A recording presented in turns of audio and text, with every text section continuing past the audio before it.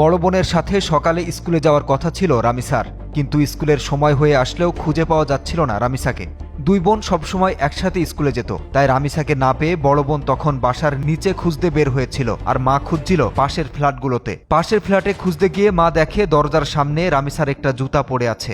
জুতা দেখে মা মনে করেছিল হয়তো কোনো দরকারে পাশের বাসায় গিয়েছে। রামিসার মা তখন দরজায় কয়েকবার নক করে, কিন্তু দরজা খোলেনি। এক পর্যায়ে ধাক্কাও দেয়, কিন্তু তাতেও দরজা খোলা হচ্ছিল না, বরং ভিতর থেকে শক্ত করে দরজাটা লাগিয়ে দেয়া হয়েছিল।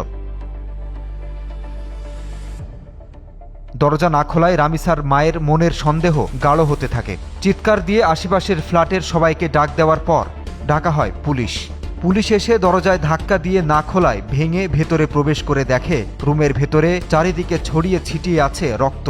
রক্তের উৎস খুঁজতে গিয়ে পুলিশ খাটের নিচে তাকিয়ে দেখে মাথা ছাড়া একটি ছোট্ট মেয়ের লাশ পড়ে আছে। রামিসার শরীর পেলেও কাটা মাথাটা খুঁজে পাওয়া যাচ্ছিল না। পরে বাথরুমে রামিসার কাটা মাথাটা খুঁজে পাওয়া যায়। আর ততক্ষণে গ্রিল কেটে পালিয়েছে ধর্ষক জাকির, আর জাকিরকে পালাতে সাহায্য করে তার স্ত্রী স্বপ্না। রামিসার মা যখন দরজায় ধাক্কা দিচ্ছিল, জাকিরের স্ত্রী তখন ইচ্ছে করেই দরজা খুলেনি, যাতে তার স্বামী ঠিকঠাকভাবে পালাতে পারে। স্বপ্নাকে ধরার পরপরই তার জবানবন্দি নিয়েছে পুলিশ। স্বপ্না জানিয়েছে তার স্বামী জাকির বিকৃত যৌন লালসা পছন্দ করত, তার সাথেও এমন পাশবিক নির্যাতন করেছে।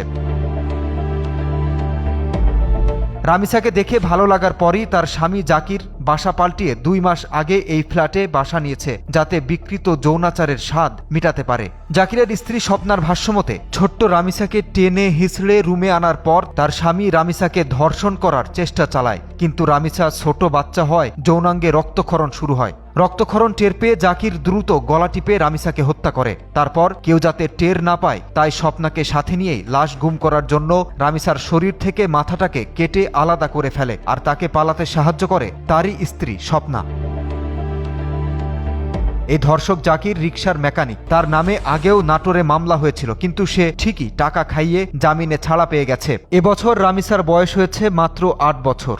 এই বয়সে বিকৃত যৌনাচারের স্বাদ মেটাতে বাংলাদেশে ঘটে যাওয়া হাজারো শিশুর মতো তাকেও হতে হলো ধর্ষণের শিকার। তবে ধর্ষক জাকিরের কোনো বিচার হবে কিনা জানে না বাংলাদেশের কেউই।